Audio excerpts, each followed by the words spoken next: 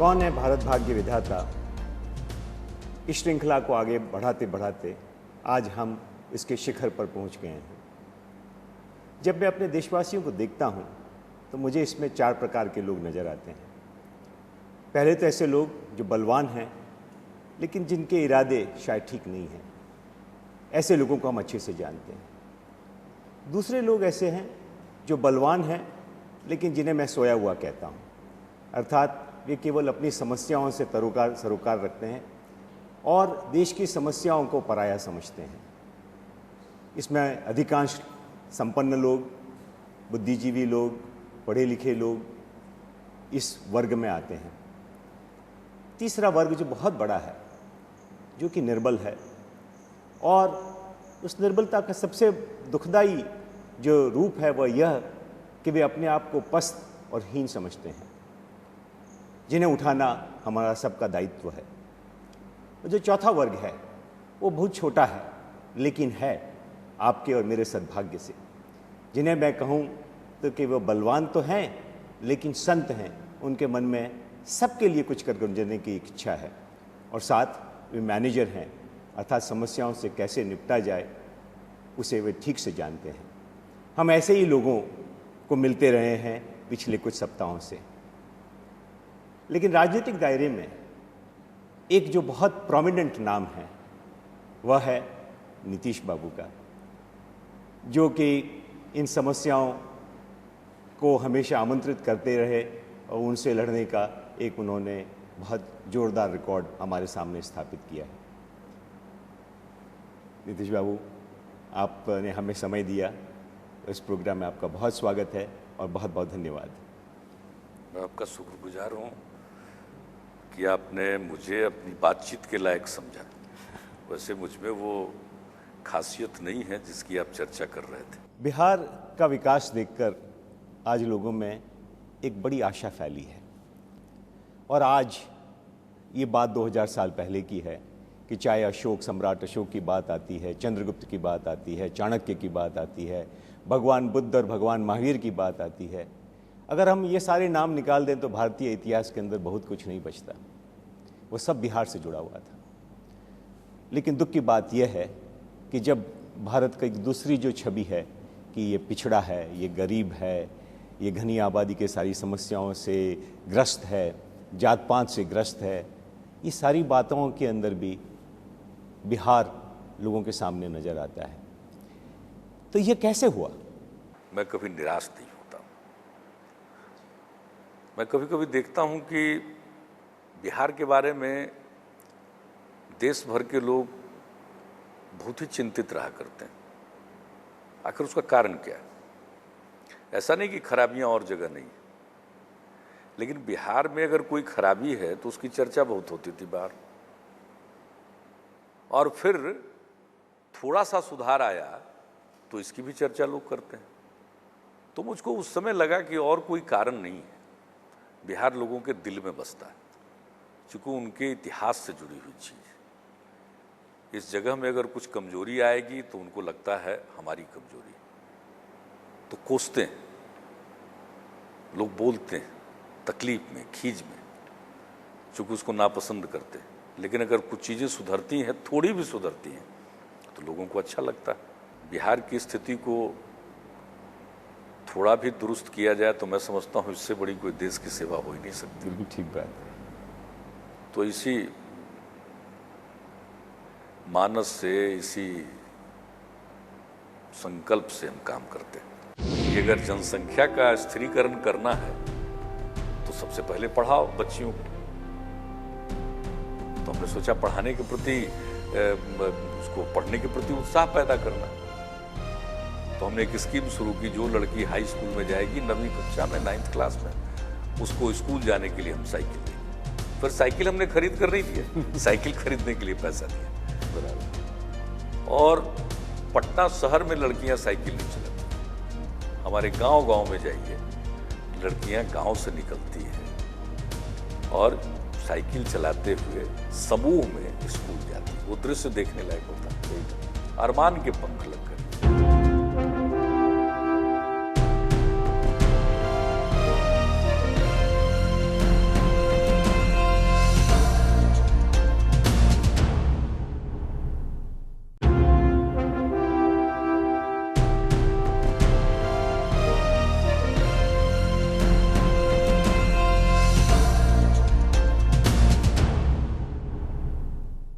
नहीं, लोगों में आशा फैलने लगी है। और छोटा मोटा जो इकोनॉमिस्ट में हूँ तो मैं ये समझता हूँ कि बिहार में इतनी क्षमता है कि पूरे भारत के जीडीपी ग्रोथ के अंदर वो 1% से 2% की वृद्धि कर सकता है। बिहार की कड़ियाँ इतनी गहरी गहरी जुड़ी हुई है। बिहारी लोगों का जो प्रभुत्व है, बिहारी इंटेलिजेंस है, इसे देश के कई लोगों ने जाना है। बहरहाल थोड़ा इसको मैं आगे बढ़ाता हूँ कि नीतीश जी, भारत के विकास की जिम्मेदारी जिन लोगों पर है, उनसे बातें करते हैं या उनकी बातें सुनते हैं तो कुछ चीज़ें बड़ी एको प्रतिध्वनित होती रहती है। देश इतना बड़ा है, हमारी समस्याएं इतनी बड़ी है, हम इतने पिछड़े हैं, या हमारा सामाजिक ढांचा ही खराब है कि जात पात को लेके, या डिवाइसिव सोसाइटी है, ये फेडरल स्ट्रक्चर है, ये जनतंत्र है, यहाँ बार बार चुनाव होते रहते हैं, कभी प्रेसिडेंट का और कभी पंचायत का, और जाने ये नियम ही बन गया है कि अगर कोई चुनाव हो रहा है तो पूरा देश ठप हो जाना चाहिए, कुछ काम नहीं हो सकता। और अगर ये सही है तो बिहार की समस्याएं तो इससे 10 गुना होगी, क्योंकि ये सारी बातें बिहार में बहुत देखने को मिल रही है। तो जब आज आशा एक दिखने लगी है कि बिहार का विकास हो सकता है, तो मैं 2 बातें पूछना चाहता हूँ कि कुछ तो आपने मुझे ऑलरेडी उत्तर दिया कि आप इसे कैसे देखते हैं, थोड़ा और विस्तार से बताइए। और दूसरा जो बात आपने कही कि कई लोगों में ये मान्यता हो गई है, केवल मेरी गणित में नहीं, कि अगर ये बिहार का विकास हो सकता है तो ये देश वापस से स्वर्णिम हो जाएगा, इसमें कोई संदेह नहीं है। नहीं, ये बात तो सही है। देश में कई प्रकार की समस्याएं हैं, लेकिन समस्याओं से जो घबरा जाता है वो कुछ नहीं कर सकता। समस्याओं से तो जूझना पड़ता है। मैं मानता हूं कि ढेर सारी चुनौतियां हैं,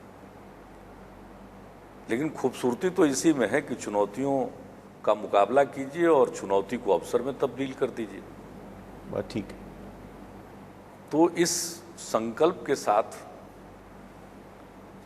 काम होगा तो भारत को आगे बढ़ने से कौन रोक सकता है। लोग कहते हैं कि ये शताब्दी भारत की शताब्दियों का अवश्य होगी, मेरा पक्का विश्वास है।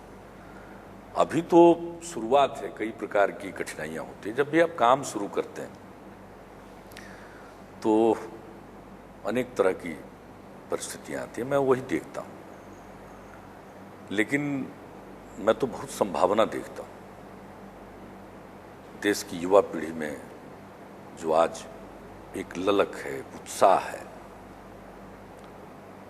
और देश का विकास तभी संभव है जब आप देश के ग्रामीण अंचल के समस्याओं को भी देखें, समझें। गांव में रहने वाले जो युवा पीढ़ी के लोग हैं उनकी तरफ भी तवज्जो दें। सिर्फ अच्छी पढ़ाई करके बहुत कुछ करने की क्षमता रखने वाले समूह, उनका तो हम स्वागत करते हैं, इज्जत करते हैं, और उनका उपयोग होना ही चाहिए। उनमें बहुत ऊर्जा है, लेकिन उसके साथ साथ एक पल के लिए भी गांव में रहने वाला जो खेत में काम कर रहा है उसकी तरफ हमें देखना चाहिए। उसमें भी उतनी ही ऊर्जा है। करना क्या है, लोगों के अंदर की जो शक्ति है, ऊर्जा है, बिल्कुल ठीक है, उसको आप पहचान लीजिए और फिर देखिए उसके क्या नतीजे होते हैं। जो करना आप चाहते हैं उसमें लोगों को भागीदार बनाइए। कुछ लोग, बलवान लोग, बहुत कुछ कर सकते हैं, मुझे उस पर कोई एतराज नहीं, लेकिन अकेले वो जितना कर सकते हैं उससे कई गुना ज़्यादा अगर देश के सब लोग लग जाएंगे तो होगा। हम समाजवादी पृष्ठभूमि के, तो लोहिया जी से पूछा गया कि समाजवाद की क्या व्याख्या, तो उनका अगर 2 शब्दों में कहो तो समता और संपन्नता, यही समाजवाद है। समता और संपन्नता। संपन्नता, अच्छा। तो हम तो बराबरी भी चाहते हैं और संपन्नता भी चाहते हैं। सिर्फ संपन्नता और गैर बराबरी हो तो उससे भी देश मजबूत नहीं होगा, और बराबरी तो हो जाए लेकिन कोई संपन्नता ना है तो उससे भी हम आगे नहीं बढ़ेंगे। ठीक बात। तो आर्थिक नीतियां और कार्यक्रम ऐसे होने चाहिए जो लोगों को आगे बढ़ाए। गांधी जी ने क्या कहा था कि जब कोई नीति बनाओ तो देख लो कि इससे जो अंतिम आदमी है उसको कोई फायदा हो रहा है या नहीं। अगर तुमको लगे कि ये उसको फायदा हो रहा है तो समझो कि तुम्हारी नीतियां सही है। तो ये तो बड़ी मोटी बातें हैं और साधारण बात है। इसको हमारे नीति निर्माता अगर सोच लें। अब इस देश में बड़ी विचित्र बहस चलती रहती है, भाई सच्चाई है कि गरीबी है। भाई गरीबी की सच्चाई को समझकर हम ये नहीं कहते हैं कि गरीबी को महिमा मंडित कीजिए, गरीबी को दूर करने के लिए जतन कीजिए। ठीक बात। कैसे हम उनको भी गेनफुल एम्प्लॉयमेंट दे सकते हैं। ठीक बात है। हमसे कोई पूछता है कि आप क्या सोचते हैं, कैसे ये दूर होगा। हमने कहा जिस दिन एक काम करने वाला मजदूर, हमने बिहार के संदर्भ में आज से 3 साल पहले हमारे साथ जो लोग काम करते हैं तो उनको हमने कहा कि भाई उस समय हमने कहा मान लीजिए वो बढ़कर अब 250 हो जाए, 200 रुपया अगर एक दिन लोगों की आमदनी हो जाए तो फिर वो ठीक ठाक जिंदगी जी सकता। आज के दौर में अब रुपये की कीमत घट गई, महंगाई बढ़ गई, तो उसको जोड़ लीजिए 250-300 रुपया हो जाएगा। कहने का मतलब कि लोगों की आमदनी बढ़े जिसमें उसकी शक्ति भी लगे, ऐसा काम हो जिसमें उसका मन भी लगे, उसकी जो ऊर्जा है उसका इस्तेमाल भी हो रहा है और वो प्रोडक्टिव हो। तो ऐसा हम करेंगे तो सब लोग आगे बढ़ते चले जाएंगे। कभी कभी मैं देखता हूं देश में बातचीत हो जाती है तो बड़े बड़े इन्वेस्टमेंट पर लोग बातचीत कर लेते हैं। ठीक है, इन्वेस्टमेंट होना चाहिए, कोई दिक्कत नहीं है, लेकिन भाई साथ साथ उसको भी तो सोचिए। अगर आपने सिर्फ कुछ विकास के टापू बना दिए और चारों तरफ गरीबी की, असमानता की गहरी खाइयां हों तो वो टापू सुरक्षित नहीं है। इसलिए मेरी समझ से जो समस्याओं की बात करते हैं बड़ी बुनियादी समस्या है। अलग अलग इलाकों की अलग अलग समस्याएं। हमारी केंद्र की सरकार है, हम लोग बराबर उनको समझाते हैं कि हर राज्य की अलग अलग समस्या, राज्यों पर भरोसा कीजिए और जो आप अलग अलग स्कीम बनाकर उसी में पैसा देते हैं कि सबके पैर में एक ही साइज का जूता फिट करेगा, ये तो हो नहीं सकता। आप तय करो कि पैर में जूता होना चाहिए, फिर इतना तो राज्यों पर छोड़ दो कि हर आदमी के माप का जूता वो बनाकर दे दे। ठीक बात। तो आप दिल्ली से ही जूता बनाकर भेज देते हो कि भाई तुम बच्चे हो या बूढ़े हो, तुम्हारे लिए तो यही है। तो अलग अलग इलाकों की अलग अलग समस्याएं, हम उन समस्याओं को पहचान ले। मोटी चीजें क्या है? शिक्षा। आज बहुत बात होती है, हमारी आबादी बहुत है, तो हमारे यहाँ बिहार में तो बहुत आबादी, 94,000 वर्ग किलोमीटर हमारा क्षेत्रफल है और 2011 की जो इंटरिम रिपोर्ट आई है जनगणना की 10 करोड़ 38 लाख लोग हैं। आज जब हम लोग बातचीत कर रहे हैं तो अभी 10.5 करोड़ जरूर हो चुके होंगे। ठीक बात। इतने लोग हैं। तो फिर हमने कहा कि भाई आखिर कुछ करना चाहिए। तो हमने देखा कि जो फर्टिलिटी रेट है वो 3.9 था, यानी 4 के आसपास है।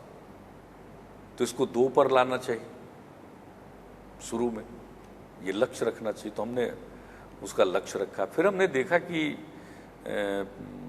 इसकी और हमने समीक्षा की, उसके विश्लेषण को देखा तो हमने पाया कि अगर लड़कियां 10वीं कक्षा पास कर जाती है तो बिहार में भी उनका फर्टिलिटी रेट हो जाता है 2 और देश में भी है 2।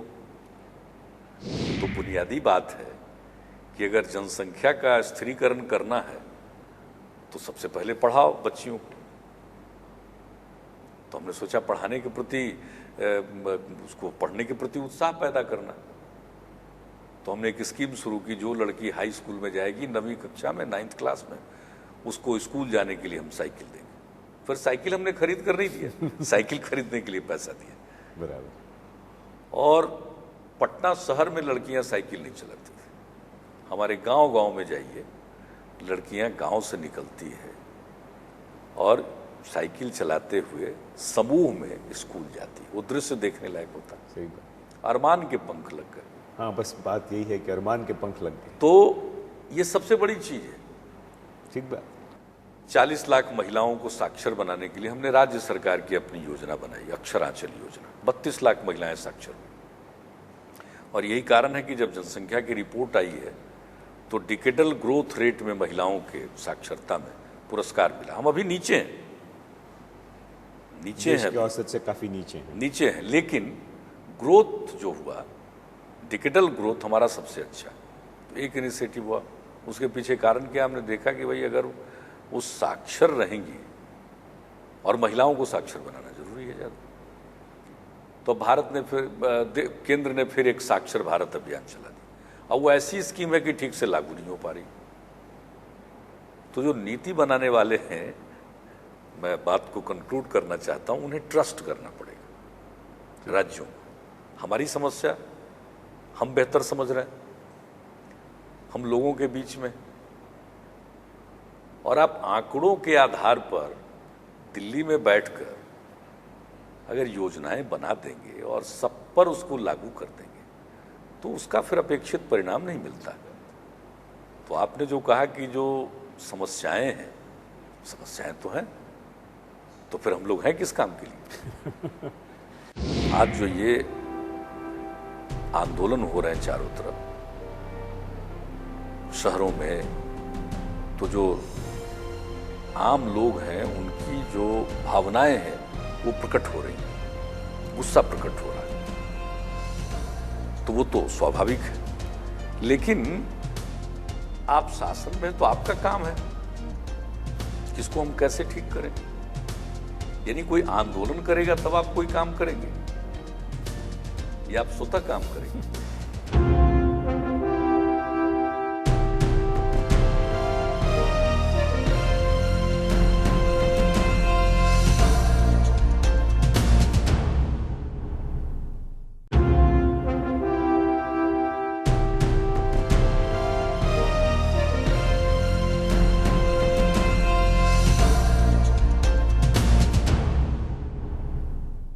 आपने ये जो जहाँ विराम लिया वही एक बहुत मुख्य बात है। और आपका जब मैं कार्य के बारे में कुछ रिसर्च कर रहा था तो एक बात जो मुझे बहुत अच्छी लगी वो आपकी इसी सोच से जुड़ी हुई है।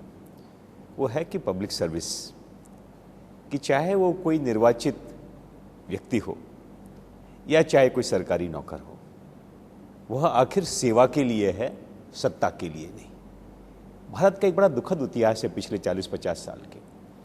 1967 में जब से अपोजिशन पहली बार सत्ता में आया तब से लेके आज तक ऐसी परिस्थितियां आई कि जिनके पास एक सीट थी वो भी सत्ताधीश हो गया, क्योंकि कोएलिशन सरकारें कुछ ऐसी चली। और पता नहीं मैं अतिशयोक्ति कर रहा हूं या सत्य कह रहा हूं कि जिसने सत्ता चख ली वो सेवा भूल गया। आप उसको वापस एक मुख्य धारा, उसे एक मुख्य बिंदु बना रहे हैं, ऐसा मुझे कुछ अंदाज लगा। आप कुछ पब्लिक सर्विस एक्ट या ऐसा आपने कुछ कानून इनेक्ट किया है कि अगर ये बात जो हो जाए तो और क्या चाहिए, आप इसके बारे में बताइए मुझे। हम लोगों ने यहाँ जो लोक सेवा कानून बनाया है वो भ्रष्टाचार को दूर करने के लिए किया। जब से लोगों ने मुझको बनाया है तो हम लगातार लोगों के बीच जाते हैं और कई यात्राएं हमने की है। यात्रा का नाम हम इसलिए देते हैं कि उसमें एक निरंतरता होती है, एक तरीका है उसका। तो जब 2009 में हम निकले, हमने विकास यात्रा उसको कहा, तो उसमें रात में हम कहीं रुकते थे किसी गांव में और वहाँ लोग इकट्ठा होते थे।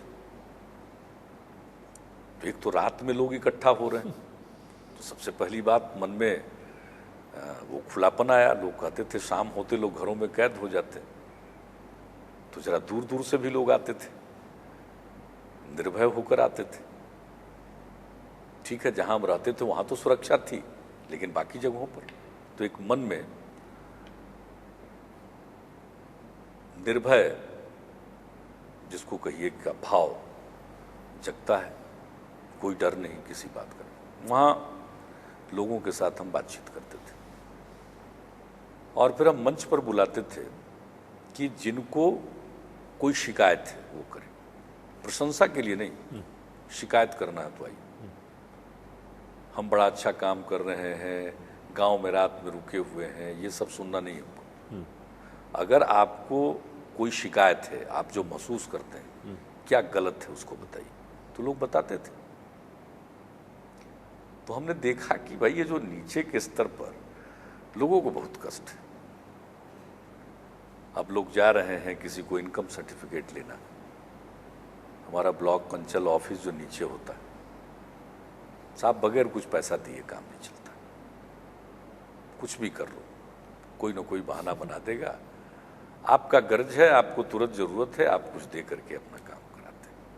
लैंड पोजीशन सर्टिफिकेट है, कोई चीज, कास्ट सर्टिफिकेट है, किसी भी सेवा के बारे में कर लीजिए, अनेक, मैंने उदाहरण के तौर पर 2-3 बातें की। तो ये लोक सेवा कानून हमने इस बार बनाया कि समय सीमा के अंदर जो सरकार सेवा देती है, यानी जो उनकी ड्यूटी है, सर्टिफिकेट देना या कुछ भी हो, तो वो एक निश्चित समय सीमा के अंदर होगा, और अगर नहीं देगा तो अपील की गुंजाइश है। किसी कारण से नहीं दे रहा तो उनको बताना पड़ेगा कि हम इस कारण से नहीं दे रहे हैं या नहीं दिया जा सकता ये। और अगर किसी ने कोई गलती की तो उनको दंडित करने का प्रावधान है, सिर्फ फाइन नहीं करेंगे बल्कि उसको मिसकंडक्ट माना जाएगा और इस हिसाब से नौकरी से निकाले भी जा सकते हैं। तो आज करोड़ों लोगों को सेवाएं मिल गई। पिछले साल हमने 15 अगस्त को लागू किया, सेवाएं मिल रही। अब इस बार जब हमने जो हमारी यात्रा चल रही है, बरसात में बंद है सेवा यात्रा, तो शुरू किया हमने वही देखना। उसके जो काउंटर्स थे हर ब्लॉक में, और आज हालत यह है कि अब उस तरह की कोई शिकायत नहीं कर रहा। शिकायतें हैं, भिन्न प्रकार की शिकायतें। तो जो आपने कहा कि आप सेवा भाव से लोगों के बीच आप जाएंगे और जो सेवाएं सरकार देती है उनको आप दुरुस्त करेंगे, तब उनका शासन पर भरोसा बढ़ेगा और लोकतंत्र मजबूत होगा। वरना एक निराशा का भाव छा रहा, कुछ नहीं हो सकता है, चारों तरफ गड़बड़ी है। आज जो ये आंदोलन हो रहे हैं चारों तरफ शहरों में, तो जो आम लोग हैं उनकी जो भावनाएं हैं वो प्रकट हो रही, गुस्सा प्रकट हो रहा है, तो वो तो स्वाभाविक है। लेकिन आप शासन में, तो आपका काम है किसको हम कैसे ठीक करें। यानी कोई आंदोलन करेगा तब आप कोई काम करेंगे या आप स्वतः काम करेंगे। मुख्य बात यह है कि जो मूल रूप से परेशानी है शासन से, शासन व्यवस्था से, देश की नीतियों से, आम आदमी को कितना लाभ हो रहा है, उसके जीवन में कितना सुधार आ रहा है, इन बातों को अगर आप देखेंगे और उस पर नजर रखेंगे तो ये तो तभी संभव है जब आप अपने को सब कुछ न मानिए, लोगों को सब कुछ मानिए।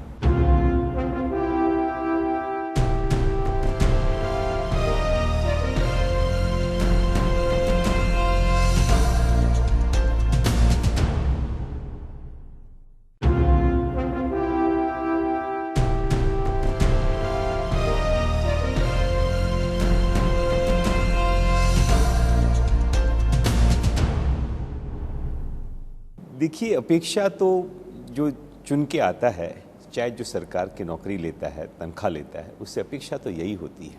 कानून भी दुनिया देश के अंदर कानून की कमी नहीं है।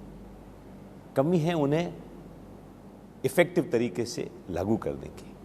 आपने ये बात कही कि इस किस्म की समस्या नहीं है। मैं क्योंकि इन्वेस्टमेंट वर्ल्ड से जुड़ा हुआ हूँ, हमने देखा कि 1991 में जब आर्थिक सुधार हुए, इकोनॉमिक लिबरलाइजेशन हुआ, तो जो पुराना किस्म का करप्शन था लाइसेंस देने का, वो तो खत्म हो गया। तो करप्शन तो खत्म नहीं हुआ, उसके तरीके बदल गए, उसका स्केल बहुत बढ़ गया।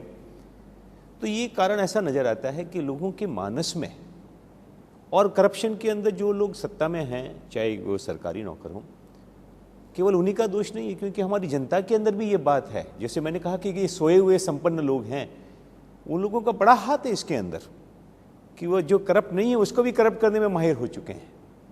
इसलिए आप जो लड़ाई लड़ रहे हैं कि इस कानून से ही सब कुछ काम हो रहा, मैं ये नहीं मानता। तो मैं आपसे जानना चाहूँगा कि देश के अंदर आज हमारे इस कार्यक्रम का लक्ष्य यही है कि समस्याओं से जूझा जा सकता है, चाहे कितनी कॉम्प्लेक्स हो। तो आपने इसको एक लेवल पे और आगे ले गए होंगे कि मैं आपको थोड़ा सा दूसरे दृष्टिकोण से पूछना चाहता हूँ कि इसे और लोग क्यों नहीं कर पाते। पहले तो हम इस बात को कह दें कि आप के सामने अगर कोई समस्या है, सबसे बड़ी बात है लोगों के बीच रहना और लोग क्या सोचते हैं। अगर इसके बारे में आपने अपनी कार्य प्रणाली में कोई तरीका विकसित कर लिया, तो सबसे बड़ी बात है कि अगर कोई गड़बड़ी एक फॉर्म की बदम खत्म होकर के दूसरे फॉर्म की शुरू होगी, तो आप उसको समझ पाएंगे, जान पाएंगे और फिर उसका भी उपचार करेंगे। तो ये तो निरंतर चलने वाला काम। ठीक, देखिए डाल डाल पात पात वाली बात है। जब तक ये जो मनुष्य को, अब तो गॉड पार्टिकल की खोज हो गई, कण कण में भगवान है हम लोग कहते हैं, तो अब बहुत नए तौर तरीकों का इजाद हो रहा है, विज्ञान बहुत आगे बढ़ रहा है, ये सब बातें अपनी जगह पर है। लेकिन ये जो मनुष्य नाम का प्राणी है ना, इसमें अच्छाई भी दी गई है और बुराई भी दी गई है। तो एक मनुष्य के अंदर भी अच्छाई और बुराई के बीच संग्राम चलता रहता है। तो समाज तो मनुष्यों से ही बनता है, तो उसमें भी चलता रहता है। बहुत ठीक बात है। तो उससे घबराने की तो कोई बात है नहीं, ये तो चलेगा। ऋषि मुनि भी मिलेंगे और चोर डाकू भी मिलेंगे, तो ये कन्फ्लिक्ट तो चलेगा समाज में। लेकिन मुख्य बात यह है कि जो मूल रूप से परेशानी है, शासन से, शासन व्यवस्था से, देश की नीतियों से आम आदमी को कितना लाभ हो रहा है, उसके जीवन में कितना सुधार आ रहा है, इन बातों को अगर आप देखेंगे और उस पर नजर रखेंगे, तो तभी संभव है जब आप अपने को सब कुछ न मानिए, लोगों को सब कुछ मानिए। ठीक बात है। लोगों की जो आवाज है वो आपके कान तक पहुंचेगी, आप उसका विश्लेषण कीजिए क्या है। मन में अगर सेवा का भाव होगा तो उसका विश्लेषण करके उपचार करेंगे। डॉक्टर के यहाँ मरीज जाता है तो क्या करते, कुछ जांच कराते, अगर नब्ज देखा, अगर समझ गए लक्षण से तो ठीक है, वरना कुछ जांच कराते, उसका डायग्नोसिस होता है, तब दवा दी जाती है। मेडिसिन से काम चलेगा, सर्जरी की जरूरत है, या इसका इलाज निकला है या अभी सिंड्रोम है। तो उसी तरह से अगर कोई बात आपके सामने आएगी तब तो आप उसका विश्लेषण कर पाएंगे। ढेर सारी बातें ऐसी होती है जिसका इलाज संभव है। हाँ, कुछ चीज़ों का इलाज तत्काल संभव नहीं होता है, उसमें वक्त लगता है। मेडिकल साइंस में बीमारी हो गई तो ठीक है, और जब सिंड्रोम वो कहते हैं तो उसका इलाज नहीं होता। तो फिर कई प्रकार से उसको टैकल करने की कोशिश करते, तो आप भी टैकल कीजिए। ठीक बात। मन में आप ये भाव रखें कि हम लोगों की खिदमत के लिए हैं, उनकी सेवा के लिए हैं, उनकी बात सुनेंगे। हमने तो यही अपनाया है। मैं तो मानता ही नहीं हूं कि मुझको कुछ आता है, लेकिन सबसे बड़ी बात है कि आपको लोगों ने मौका दिया, आप उसी दिन सोच लीजिए कि हमें काम करना है। ये चिंता नहीं करनी है कि अगली बार हम आएंगे वापस या नहीं आएंगे।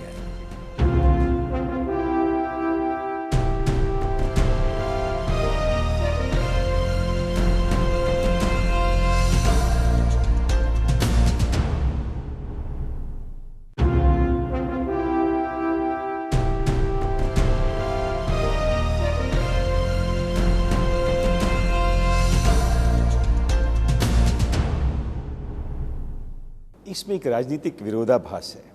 जिसे हम राजनीति देखते हैं, राजनीति सत्ता की राजनीति हो गई सारी, क्योंकि राज की नीति है वो, तो लोगों ने उसे राज कैसे करें उसका नाम राजनीति था। अब राज में कैसे आए राजनीति उसका नाम हो गया है। इसलिए आज की राजनीति में वो विरोधाभास एक पैदा हो गया है। और वैसे ये भी देखा जाए कि अगर अच्छे लोग सत्ता में नहीं बने रहते हैं तब भी क्या होता है, हमने देख लिया। ऐसा नहीं है कि देश के अंदर अच्छी सरकारें नहीं आई, अच्छी सरकारें आई लेकिन वो टिकी नहीं। तो कहीं ना कहीं एक समस्या अच्छे लोगों के लिए भी आती है। तो मैं उस प्रश्न पे कुछ बाद में आता हूँ। उससे पहले मैं आपसे, आपने एक बात कही कि रात को लोग आने लग गए। वो अपने आप में एक सिंबल था, एक संकेत था। और देश के अंदर अपहरण, गंगा जल ऐसी फिल्में बहुत पॉपुलर हुई जिन्हें देख के बिहार के लॉ एंड ऑर्डर के बारे में एक बड़ी इमेज हो गई थी। और उसके साथ यहाँ का कास्टिज़म, जात पात, न जाने कितनी बातें जुड़ी हुई थी कि यहाँ ज़मींदारी की भावना, शोषण की भावना बहुत है। उसी की वजह से लॉ एंड ऑर्डर बिगड़ा हुआ है। तो आपके कार्य के बारे में, क्योंकि राजनीतिक प्रतिद्वंद्विता रहने वाली है, तो लोग कुछ एक्सेप्ट करेंगे, कुछ नहीं एक्सेप्ट करेंगे, लेकिन ये बात तो सभी एक्सेप्ट करते हैं कि लॉ एंड ऑर्डर के अंदर बहुत सुधार हुआ है।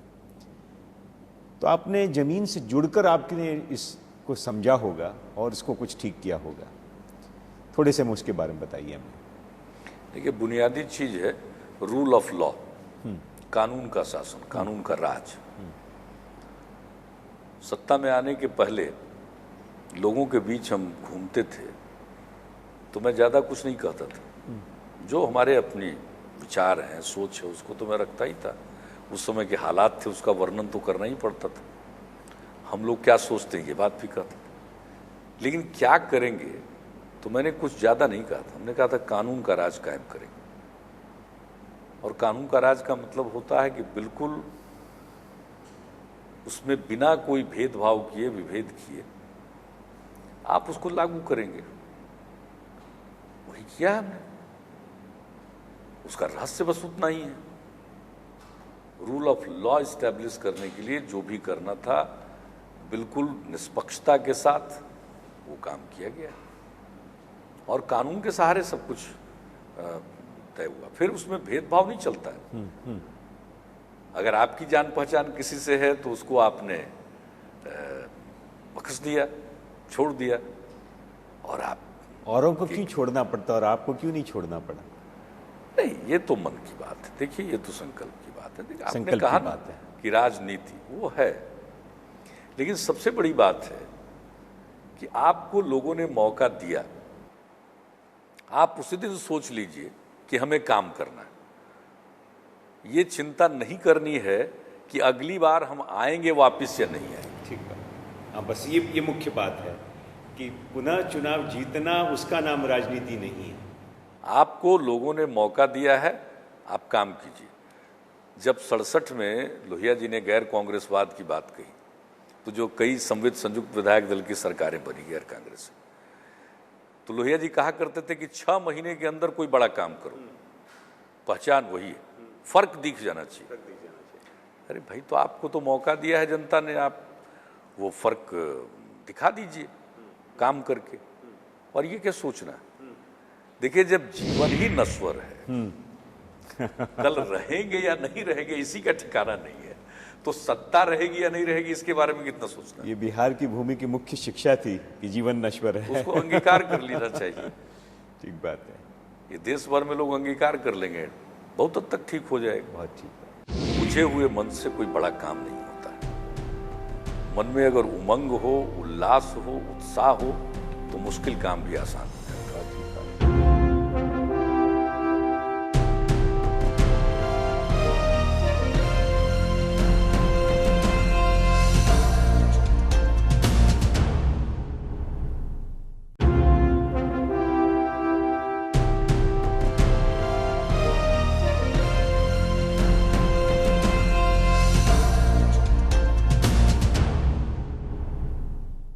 एक बात आपसे मैं और पूछना चाहता हूँ, वह यह है कि जनतंत्र के अंदर, और भारत एक क्योंकि पिछड़ा देश था, बहुत अनपढ़ देश था, एक ये बात चल गई कि सरकार सब कुछ कर सकती है और एक ऐसा सपना दिखाने से हम राज में आ सकते हैं। तो ये सपना दिखाने का एक खेल सा हो गया। दुनिया भर का इतिहास और डेमोक्रेसी को स्टडी करते हुए और मेरी ये जो यात्रा रही है भारत भाग्य विधाता की शोध की यात्रा में, मैंने इसे पाया है कि देश दुनिया के अंदर और भी कई नमूने इसके मॉडल हैं। कहीं आपको ऐसा लगता है कि जनतंत्र के अंदर इसका समय आ गया है कि सरकारें ईमानदारी से कहे कि हम सब कुछ नहीं कर सकते, जनता आपका साथ इसमें होना ही होगा। एक है तो बहुत अच्छी बात जो आपने कही, मैं उसे कदम आगे जाना चाहता हूं और आपकी राय जानना चाहता हूं कि आपका साथ इसमें नहीं होगा तो हम हमेशा समस्याओं से पीछे ही रहेंगे। नहीं, आपने बिल्कुल ठीक कही। मैं इस बात का 100% समर्थन करता हूं। सरकारों की एक भूमिका है और सरकार से लोगों की अपेक्षा स्वाभाविक है। वो चुनकर सरकार बनाते। ये तो जनता का शासन है ना, जनता अपने प्रतिनिधियों के माध्यम से सरकार चलाती है, तो उनकी अपेक्षा स्वाभाविक है। लेकिन सरकार को क्या करना है, अब तो लोग धरती पर स्वर्ग उतार देंगे, क्या कर देंगे, उसकी कोई जरूरत नहीं। ये कभी कभी राजनीति में इन दिनों जो चल पड़ा है ना, कट थ्रोट कंपटीशन। तो एक ने कुछ कहा, जैसे हमने साइकिल की बात कही तो हमारे जो विरोधी थे उन्होंने कहा कि हम मोटरसाइकिल देंगे। तो हमने मजाक उड़ाया कि भाई मोटरसाइकिल देंगे तो उसका पेट्रोल कहाँ से आएगा। नंबर 1 पर्यावरण का भी प्रश्न है, और नंबर 2 हम तो बच्चों को दे रहे हैं साइकिल, मोटरसाइकिल चलाने के लिए तो ड्राइविंग लाइसेंस चाहिए। ठीक बात है। सोच तो भी नहीं है। अगर 9वीं कक्षा में जो बच्चा पढ़ रहा है वो तो मोटरसाइकिल चला नहीं सकता है नियमतः। ठीक बात है। तो अगर वो मोटरसाइकिल चलाएगा, इसका मतलब वो क्लासरूम के बजाय थाने में पहुंच जाएगा। तो इस तरह से भी कभी कभी लोग बिना सोचे समझे सही बात ऐसी बात कह देते हैं चुनाव के दौरान कि सोचते भी नहीं है कि ये मुमकिन है या नामुमकिन है। इससे बचना चाहिए। थोड़ी देखिए, जो आज विश्वसनीयता का प्रश्न उठता है तो वो कारण यही है। लेकिन एक दौर है, मैं नहीं मानता हूं कि यही दौर कायम रहेगा। ठीक बात है। जनता भी काफी कुछ समझ चुकी है, तो ऐसी बातों पर प्रभावित वो नहीं होगी। तो मेरे हिसाब से, और ये तो मैंने जैसा कहा कि ये तो कुछ कुछ चलता रहेगा। कभी भी किसी भी दौर में ऐसा थोड़ी है। भगवान बुद्ध ने जब संघ की स्थापना की, उनके कार्यक्रम समय में हुआ, तो वहां भी लोग पेंच लगाने वाले थे, बहुत थे। उनके घर के अंदर ही से थे। बिल्कुल। तो ये तो दुनिया भर में इतिहास है, हर दौर में हुआ। उसकी परेशानी नहीं करनी चाहिए। जो मूल धारा क्या है, मुख्य धारा क्या है, इसको देखना चाहिए। ये तो चलता रहेगा। ठीक बात। आपसे बातचीत से मुझे 3-4 बातें निकल आई है। एक तो आपकी आशा कि आपने कहा कि ये भारत की सदी है और आप पे विश्वास है। बहुत सारी कठिनाइयों से लोगों के मन में एक जो बड़े पस्त हो गए हैं, आपने कहा कि ये दौर है, ये दौर गुजर जाएगा। तीसरा, आपने कहा कि समस्याओं का हल वही कर सकता है जो उसके अंदर एक अवसर ढूंढ पाता है। चौथी बात आपने कही कि ये तो वो चले डाल डाल तो मैं चलूं पात पात। जब तक ऐसा मानस नहीं है तब तक आपको लोग आपके कार्य में कहीं न कहीं परास्त कर ही देंगे, आपको पटखनी दे ही देंगे। इसलिए हमें हमेशा सजग रहना पड़ेगा। पर वही व्यक्ति सजग रह सकता है जो इस राजनीति को राज्य की नीति समझे और ना कि राज में आने के लिए सारे दांव पेच लगाए। तब वो ये हो जाता है कि बच्चों को साइकिल के बदले में मोटरसाइकिल दे दी जाए।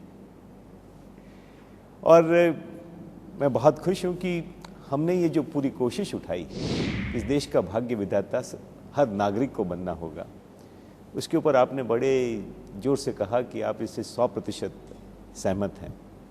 तो बहुत सारी बातें मैं इसके निष्कर्ष के रूप में यहाँ से लेके जा रहा हूँ। आखिरी शब्द आप कुछ कहना चाहें? देखिए, मैं एक ही बात कहना चाहूँ जी। बुझे हुए मन से कोई बड़ा काम नहीं होता है। मन में अगर उमंग हो, उल्लास हो, उत्साह हो, तो मुश्किल काम भी आसान हो जाता है। बहुत ठीक बात। तो देश में समस्याएं हैं, कठिनाइयां हैं, उससे घबराने की जरूरत नहीं है। और तो भाग्य विधान निराश का भी आपने होने की आवश्यकता नहीं। एक कुंजी, सबसे पहली जो पहला कदम है वो उत्साह जगाने का है। मैं आपका किन शब्दों में धन्यवाद करूं कि आपने इतना समय दिया और इतने विस्तार से बिहार के साथ साथ आपने समस्याओं से जो आज देश परास्त नजर आ रहा है उनसे कैसे लड़ा जा सकता है। और मैं इस प्रोग्राम के दौरान मुझे न जाने इतने लोगों ने ईमेल लिखे होंगे, फ़ोन किए होंगे कि ये बड़ा अलग सा प्रोग्राम है कि इसमें हम पॉजिटिव बातें कर रहे हैं, हम समस्याओं से हारने की नहीं जीतने की बातें कर रहे हैं, भले ही वो छोटे छोटे लेवल पे हैं। तो आज हम इसके शिखर पर पहुँचे हुए हैं और आपसे बातचीत करके हमें इतना सारा एक आलोक, एक प्रकाश मिला है। तो मैं बहुत बहुत आभारी हूँ आपका और हमारी ढेर सारी शुभकामनाएं आपके साथ हैं।